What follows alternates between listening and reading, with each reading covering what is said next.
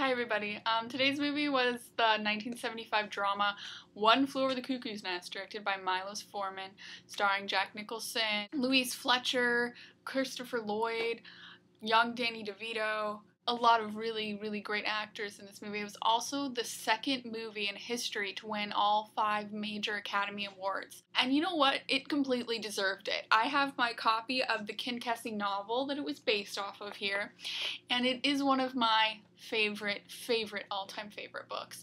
Basically tells the story of what happens when this rebel rouser, this really strong individual, comes into a insane asylum, a cuckoo's nest, and how he fights the system, fights the oppressive atmosphere, and helps the other patients to sort of discover their own identities and their own sense of freedom despite the tyrannical presence of this one nurse who grows to become, the antagonist in the film. It's definitely trying to drive home the idea that we're supposed to understand the importance of our own individuality.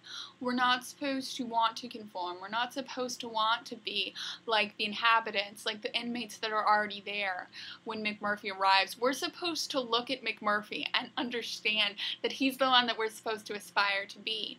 We see that McMurphy, he's just one man, he's an individual. He's coming into the ward, and yet he's the strongest one there. There's tons of patients already on the ward. If they banded together, they could overthrow Nurse Ratched and her little goonies, in a second, but they choose not to because they've conformed, they've submitted.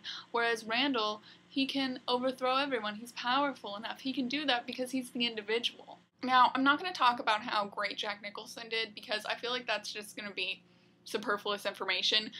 It's Jack Nicholson. I mean, I was pleasantly surprised by Christopher Lloyd because I'm a big Back to the Future girl. I love Back to the Future. That was my shit when I was younger.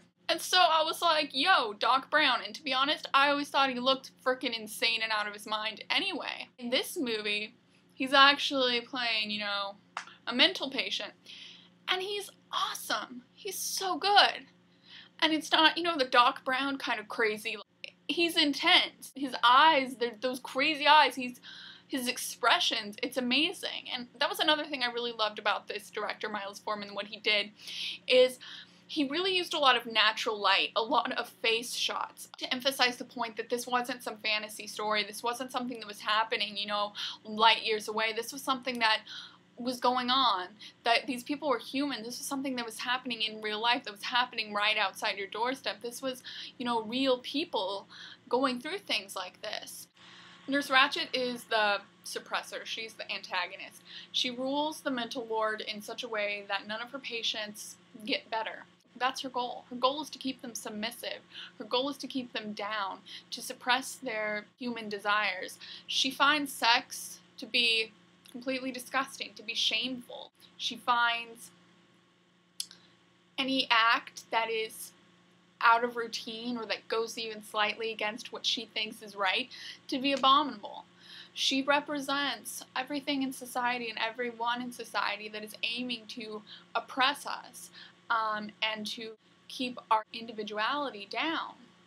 Another great thing Milos Forman did is he used a lot of shots of people behind bars, behind these cages, and it really created this incredibly strong sense of hopelessness, of being trapped with no way out.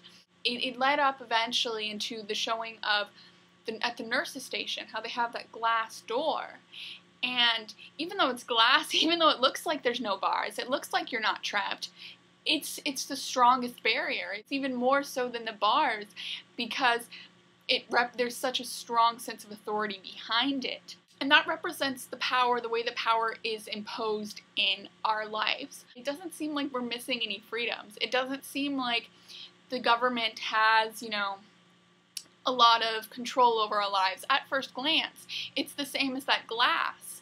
It doesn't look like there's any barriers or that there's anything trapping us. You look harder, you try to go too far, you bang up against that glass. And you realize that you are trapped.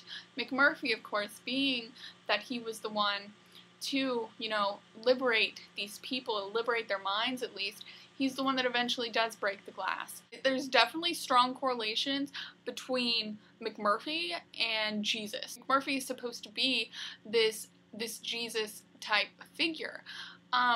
He's the outsider that comes in, that challenges what everyone else is believing at that time. He's curing the sick. He's inspiring his fellow patients around him. All of the other patients that kind of flock to him, that revere him, they're his disciples.